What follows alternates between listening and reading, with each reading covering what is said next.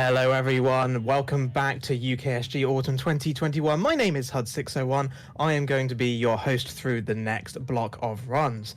And thank you for watching the United Kingdom Speedrunner Gathering. Normally we are a 2-day speedrunning marathon held 4 times a year in Glasgow, Scotland.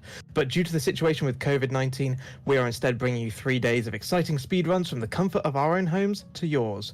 And we are raising money to support Crisis, a charity supporting people out of homelessness for good. They achieve this through education, training, and support with housing, employment, and health. 90% of your donations will go towards supporting Crisis, and 10% goes towards helping UKSG support future events. So please do keep those donations coming in. Let's see how much we can raise before the end of our final day. And talking of our final day, we still have some incredible runs to come. And right now, we have Kev360 and Becksyboy123 here to bring you Cuphead No Major Glitches Race. Good luck, chaps. Stage is yours. Thanks, Huds. So, as Hud said, I'm Becksyboy123. I'm racing Kev360 today. We're doing no major glitches, all bosses, in which we'll be going through all of the bosses in the game and minimal amounts of running gun stages. Just, it's the fastest way to get through. And no major glitches is played on the current patch, version 1.2.4. And in what it means by no major glitches is basically there's some glitches in some of the earlier patches and some that are even still on the current patch which have been banned from this category because no major glitches. So yeah, we'll be going through that today. And do you have anything to say, Kev? No, I'm really excited for this run. It's a super cool run. But just to be sure, there was a bid war going on for this. Cuphead vs Mugman, Mugman vs Mugman, and Cuphead vs Cuphead. I want to see who won that. So can anyone give me a quick check? Yeah, absolutely. We have closed that bid war, and I can confirm it's going to be Mugman versus Mugman. Ooh. I haven't played Mugman in a while, even though there's no difference except for character design, but, you know. Yeah. I don't think there's anything else to say. Yeah, I think that's everything. I think we're just ready to get on with the run. Huds, if you could give us a countdown if you're ready, Kev. Yeah, I'm ready. It would be my pleasure. Good luck to both of you. Let's start this race in 3, 2, 1, go. Good luck, Kev. All right. Good luck to you. We're off. We're gonna be going through a quick story. You just sell your soul to the devil, and then you talk to your grandpa. He gives you a potion. Using that potion, it lets you shoot from your fingers, and then we go into our first level. Do you want to describe what goes on there? Basically, in the first level that we'll be going into, Forest Volleys, we're going to be collecting 5 coins, because we get 3 coins from the apple here. And with them, with all of those coins, with all the 8 coins, we can buy 2 weapons that we'll need throughout the run. The lobber and spread weapon, in which is the fastest way to get through all the levels due to the spread being the weapon that does the most damage. However, the spread doesn't have much range, so we also get the lobber, which does the second most damage in the game, but has a lot more range and has some weird properties. Yeah. There's also like a lot of cool tech that goes into it. One of which I'd really like to describe quickly. Not parrying. Not parrying saves a second on average, and even more depending on how much you not parry. 0.8 seconds on the scorecard and 0.16 seconds on the just screen lag. You saw me not parrying there. That was to save a second. Now, going into the shop, we have a little mini trick in which we press the A and B button so that we can buy a weapon and also leave the shop at the same time, which saves about... It doesn't save that much time, it saves about a second or two, but a second saved is a second earned, I guess. Yeah. Our first boss has us going against a potato first. We're going to quickly kill that potato. Not much real tech going on. But this onion introduces the first bit of tech, that's going to be used in this run throughout. It's called the lob trap. It's where you shoot these little purple weapons, and you shoot them up, and since they're bouncing, they stay on screen for a bit. So if you shoot them while the hitbox is off screen, and then the hitbox comes on screen, it just deals all those damages, and it's just great, honestly. We fight the carrot next, instantly got that over with, not much to go on there. And yeah, we move on to our second boss. Now, the second boss, it really picks up the level quite quickly, especially with some of the tricks you can do, which we'll get onto. The first part of this level, to be able to save time easier, it's a bit RNG based. You can either get Firefly RNG first or the punches, and the punches are the optimal one. And I got the bad RNG. Same here. So basically there is a trick that we can do called the super skip, which saves around about, I want to say like 5 to 8 seconds. Oh god. Did you take a hit? Yeah, I took a hit, but I'm fine. Oh, that's unlucky. Yeah, so you want to get to 5 cards for this last phase. And you want to go for a 1 cycle. A 1 cycle is just beating it before, the next cycle comes in. There's 3 things you can get. Tigers, bulls, and snakes. And tigers is preferable in my opinion, but some people prefer snakes, and bulls is just bad, to be honest. Yeah, it's just awful. And I got bulls. I literally got the worst orange. Ah, yikes. I actually golded that. I got a 56. Really good wow. time.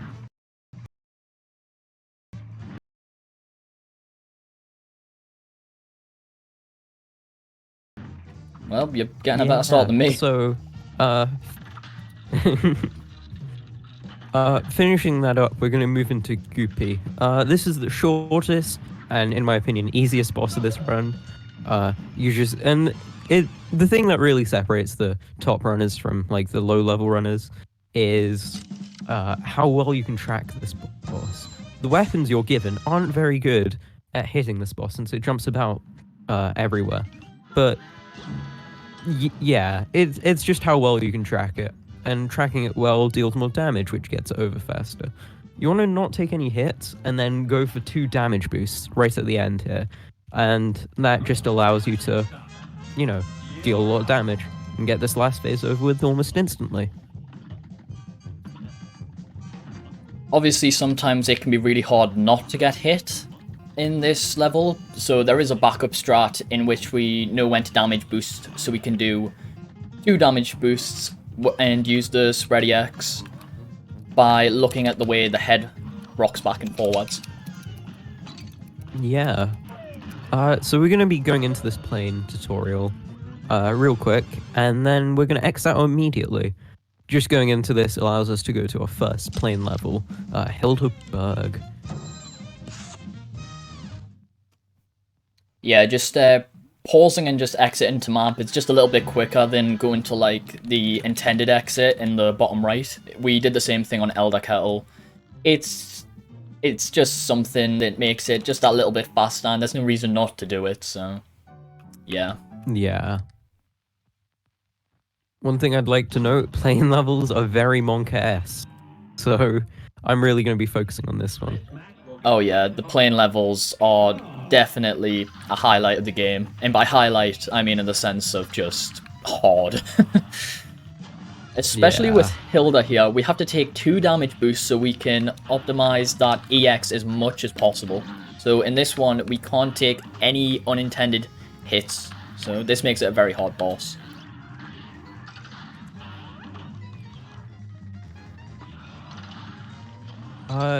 Yeah. Something different about plane levels is that you're in a plane compared to on the ground with your normal weapons. And due to being in a plane, there's not much you can do in terms of optimization of damage. Well, there is a few things, but we'll get onto that later in the run.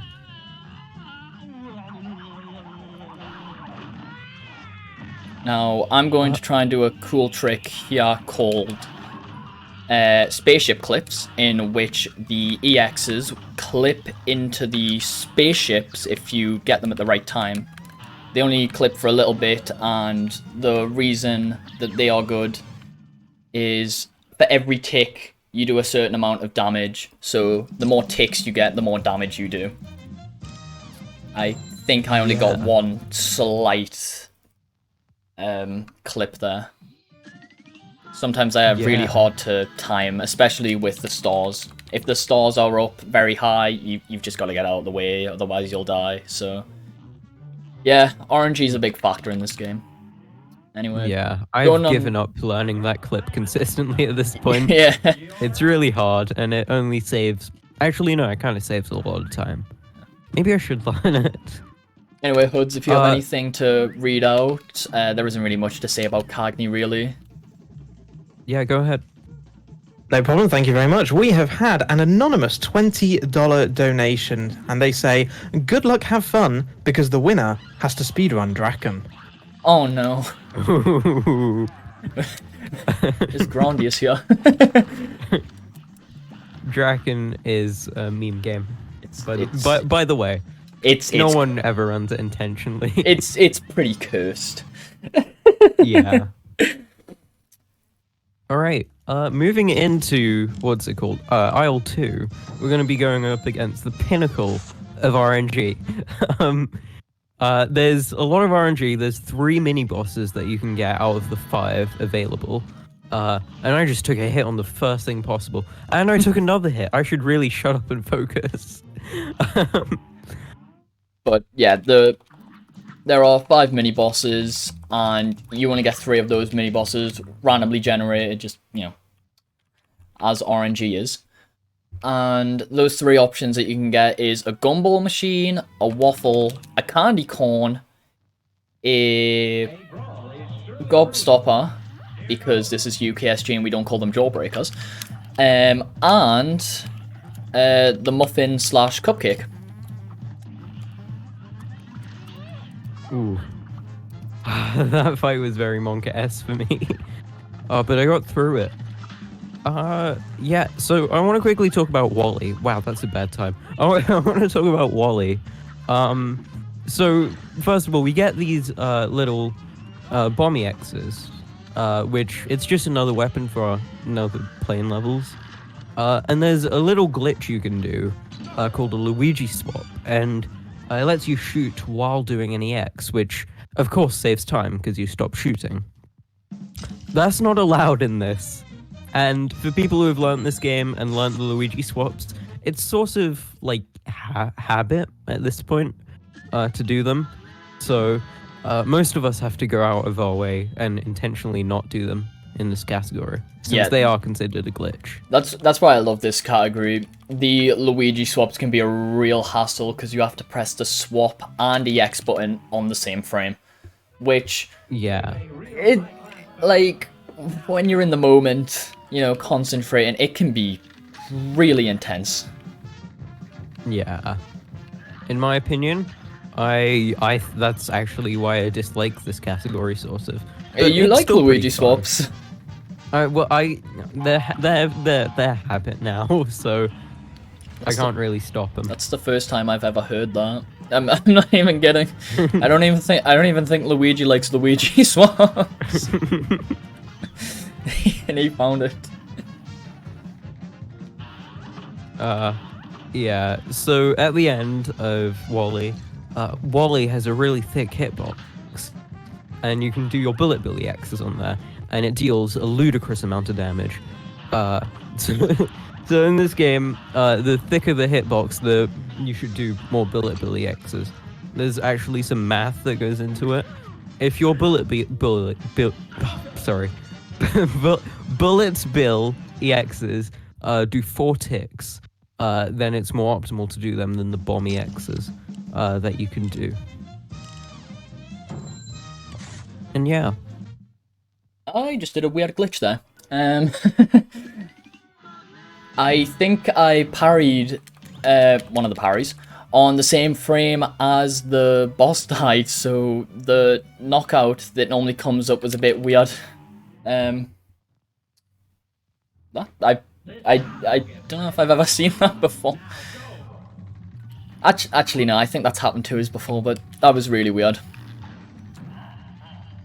I guess it's cool that I got it here. Yeah.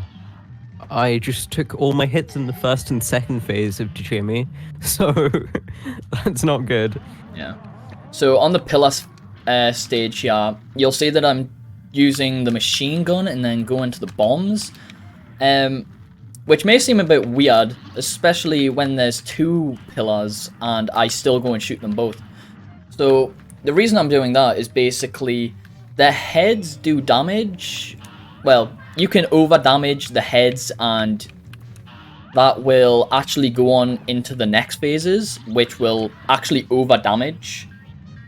That's a big thing in this game. You can do a lot of over damaging in this game, where when you do damage in one phase, it carries on to the next phase, instead of kind of capping the damage. Okay, and I've made it through successfully somehow. That was nerve-wracking. A lot of these bosses on 1 HP are really nerve-wracking. So if you manage to get through them, yeah, that's pretty good.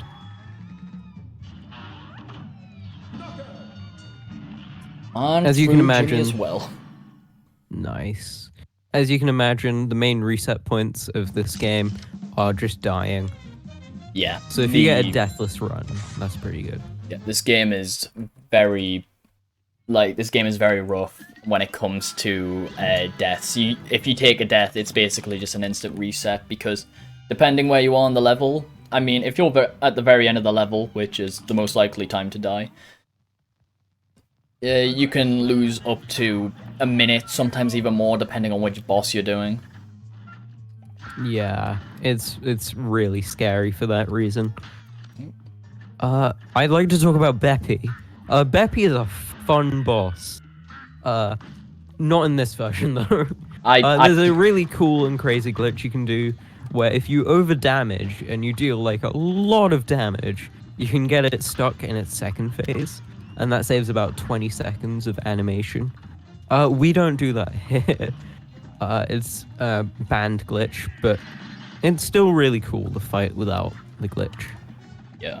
You can do it in this version of the game. We normally do it in version 1.1 with double damage lobbery X's, where you just hit an EX against the floor of a boss that's stuck in the ground, basically, and it does double damage. I'm not even gonna get into the mechanics of that, but yeah, it's pretty jank.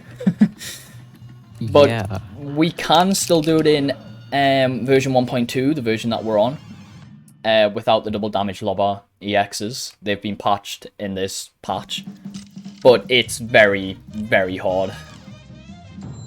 Yeah, it's pixel perfect. You gotta hit it on the same pixel as the floor and the boss, compared to just hitting it next to the boss in Well, 1.1. you can do it with the spready X's as well.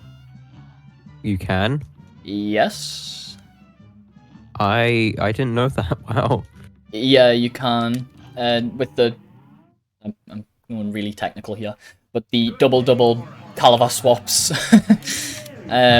you can get enough damage, which is normally what we use in NMG to replace those double damage lobbery X's.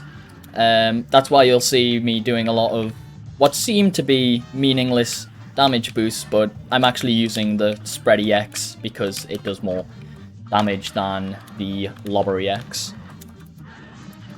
Yeah. I'd quickly like to talk about Grim. Grim is a very reset heavy point, and it's especially nightmarish on casual, because there's just not much space to move, and the boss is really hard. The lobber weapon, however, makes it really easy. Oh yeah. If you've got anything you'd like to say or read off, go ahead right now. We've got time. Thank you very much. Yeah, I'd love to let everyone know about two of the upcoming bid wars that we have, our last two of UKSG Autumn. First off is for Octopath Traveler, which Zonorous is running at around about 9:30 this evening. You can choose which character stories Zonorous will speedrun. It's currently tied between Cyrus and Tressa on $25 each. Hanit and Ophelia have nothing towards them. And our final run of this marathon, Tumpano running Resident Evil HD Remaster, you can choose whether or not that run is done as Jill or Chris. Jill is currently winning $70 to $35. So do please get your donations in and consider putting them towards those two bid wars if you'd like to affect the outcomes. Yeah, really cool. So we're moving on to another boss. That's RNG dependent. Rumor Honeybottoms. Do you want to go describe what goes on there? Oh God. So on Rumor Honeybottoms, we can do a cool skip. Yeah, skip. I was gonna say skip and clip at the same time, even though there is no clip in this level. But you can do a cool skip, basically, where you can skip the last phase, and if you do a lot of damage, you can even skip before then. However, I'm not going to be able to get that, mostly because I've died. Yeah, I didn't get it either. I even got the good RNG. Middle is the best. Yeah. It allows you to get really good times. Yeah, middle and I'd say triangles are the best. The orbs, which I just got, is the worst RNG. You can't. It's the one where you can get like. It's the slowest, to put it simply. Yeah. You can't deal much damage. Well, a lot of damage. Yeah. Yeah. So, I'm doing Dr. Carl's robot right now. This is another plane boss. And you'll see why it's really, really, really, really hard in just a moment. The first phase has you destroying 3 different things. The second phase is an instant knockout with just doing a Nuki X. And this phase, there's going to be some lag, of course, but this phase is bullet hell. It's really hard to do, and I should probably be focusing and not taking these hits. Yeah, you really need all the concentration you can get when it comes to trying to avoid those crystals. They're hectic. Yeah, it appears I've died. Give me some time to catch up. I died on Rumor. Oh. Alright. We should really do a lot of focusing on this boss. It's really monk-ass. It is rough. But the nuke going, like, there is a second phase there where the head goes across the left at the top and across the right at the bottom. But you just nuke and it's just done. You wouldn't even notice there was a phase there if you haven't like played the game, or if I hadn't told you. Like, the nuke is just OP for that section.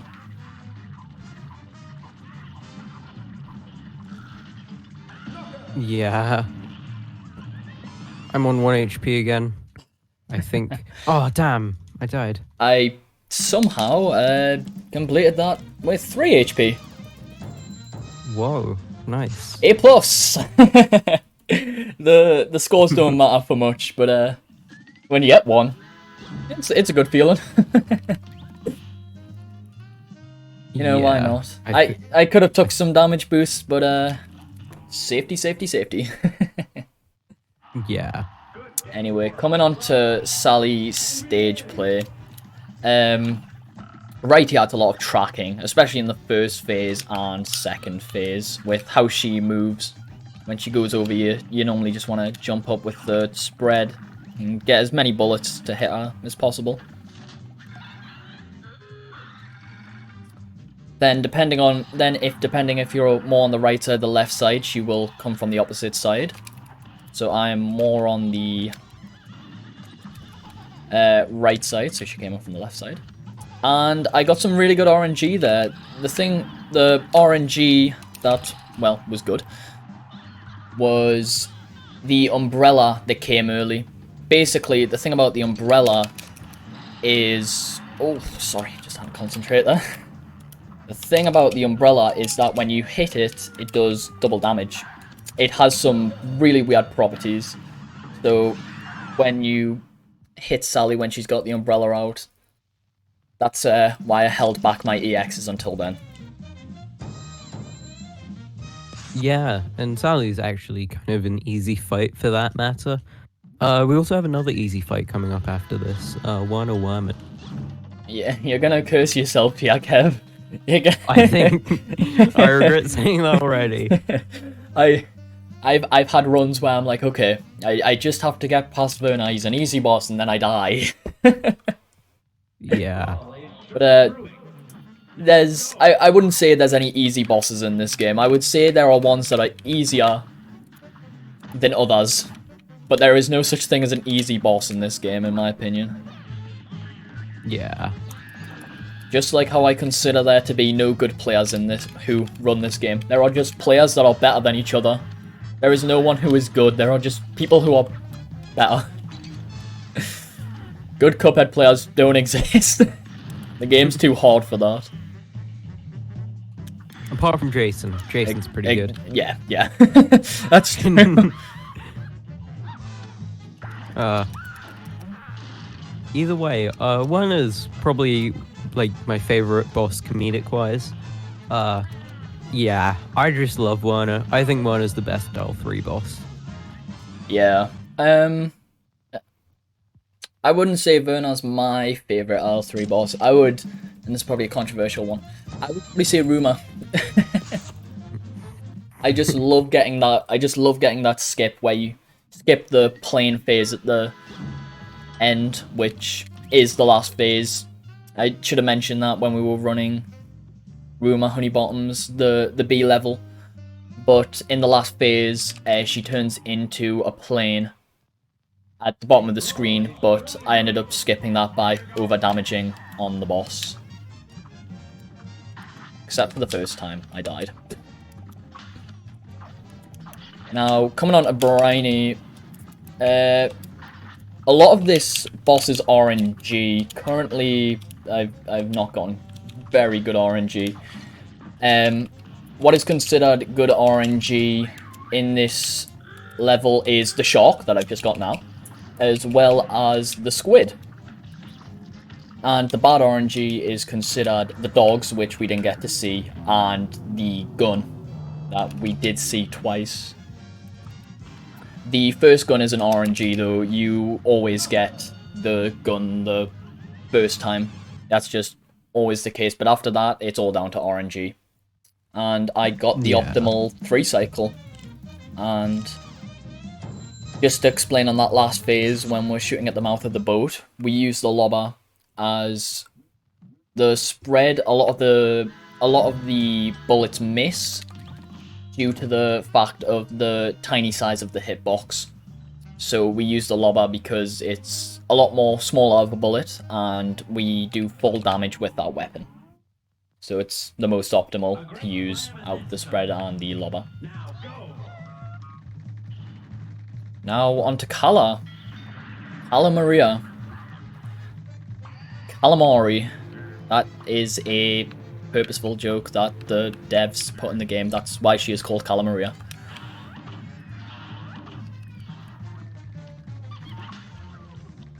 Ooh.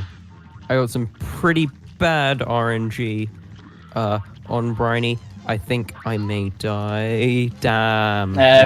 Okay. Yeah, I would say personally my least favourite boss on IL3 is Captain Briny Beard, or the next level, Phantom Express. They are very hard. Yeah. Very reset heavy. Now, a lot of bosses are really easy, well, easier than others, and then they can just give you bad RNG, which is what tends to happen. Yeah, bad RNG can just kill a run sometimes. That, I mean, I would technically say that death on Kala was my fault, but the RNG of how big that spike wall I got there wasn't too good. It's kind of a bit rough trying to get around that. But you know what? I'll just wait until I get back to that last phase to explain why I was so up close to Kala's face. Yeah. Which is a really cool trick. But as I say, I'll get on to that. Yeah. One thing I'd like to note about Kala, what was I what was I gonna say? Oh yeah, Kala's a pretty fun boss, in my opinion. But S ranking Kala, where you do on expert and you don't get hit at all, that is a real nightmare. I mean, S rank in general is just hell sometimes. Yeah. Especially with these plane levels, as mentioned, the plane levels are always considered some of the hardest bosses in the game. But yeah, as I was doing there, normally, for anyone who has played the game, when you are in front of Kala when she's blasting those green beams, you normally get turned to stone, that being a Medusa reference. But if you get really close, there is a little gap in between Kala's face hitbox and the hitbox of the ray, so you don't actually get turned to stone. So if anyone's stuck on their playthrough because Kala keeps turning you to stone, try that one. it will help.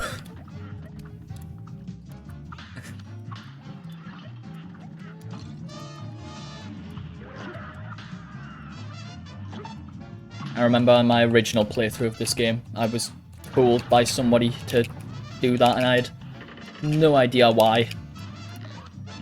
Oh! Yeah. And I just got the one cycle skeleton on Phantom Express, which is considered to be, in my opinion at least, the hardest trick in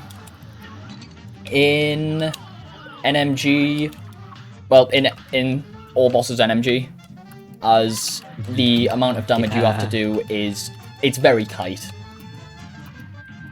Yeah.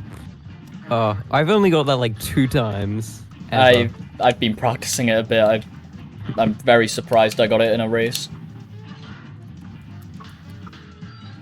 But yeah, that saves a lot of time because I don't have to wait for the skeleton head to pop back up. And that should be a pretty good Phantom Express, actually. I even got the quick cycle with the lollipops. A 111. Nice. That is 5 seconds off my best. Really good time. Yeah. I think I missed it here.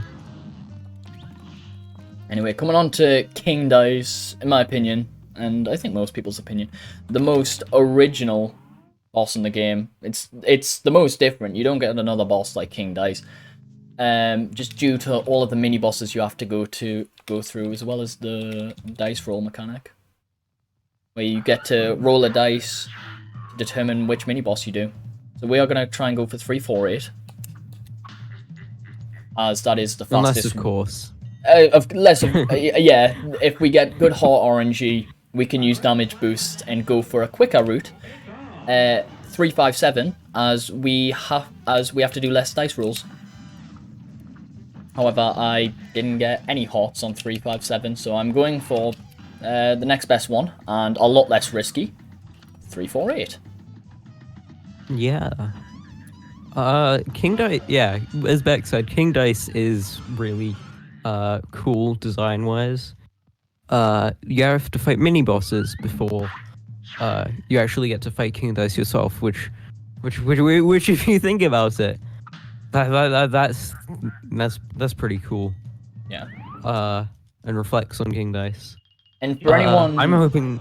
Oh, go on, sorry. Go ahead. I was just going to say, for anyone interested in the name of these 3 mini-bosses that we will be doing, their names are... the cigar is called Mr. Wheezy. Number 4 is called Pippin Dot. And not the 8-ball, or which is... I was going to say coincidentally, but I know it's most likely not. When we go to 8, we get the 8-ball, which is called... Do you know the name of the 8-ball? No. Does anyone know the name of the 8-ball? I don't know how I don't know the name of the 8-ball. I literally know every single one of these mini bosses, except for the 8-ball. We're just gonna call him the 8-ball. Easiest. Yeah. The 8-ball is definitely the easiest boss in the game. You just have to stand underneath here with the spread and make sure you don't get hit by these balls as well as these cues. These things that you chalk up a pool ball with. And you can even jump into his hitbox. That is a hitbox that doesn't damage you. That can be seen in other bosses, such as jumping into the boat with I mean, I wouldn't call that necessarily the same, but you can jump into the boat on Captain Briny Beard and you don't take damage. Yeah, and one is last phase. And Vern, yes, well. with the cat, that is, yes. I'd like to say this is like really close. Well, actually not really. I mean, we're only one mini boss apart, I think, right now. Yeah. I actually can't say my time without loads. I forgot to put the speedrun timer on. So... Luckily this isn't a PB. Yeah. Anyway, I got through King Dice with a 208, and now we are going on to the Devil. Which, the Devil has probably one of my favorite tricks, which is called the Geo Buffer, named after, you wouldn't believe it, Geo. Who would have guessed? Nah. Nah. My favorite trick is resetting on Spider. Oh, we love that trick. We... I don't recommend it. It does lose time, but like, you gotta go for it. I mean, according to you, yes, I wouldn't. Yeah.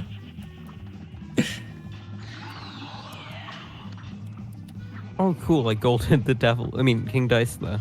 Oh. Nice. Well, going either way, yeah, time's coming up for Bex, and for me, but a bit later. So when you see a big splash on the screen that says knockout, stop time. Yeah. And if I finish before Kev, I have a little surprise. Ooh.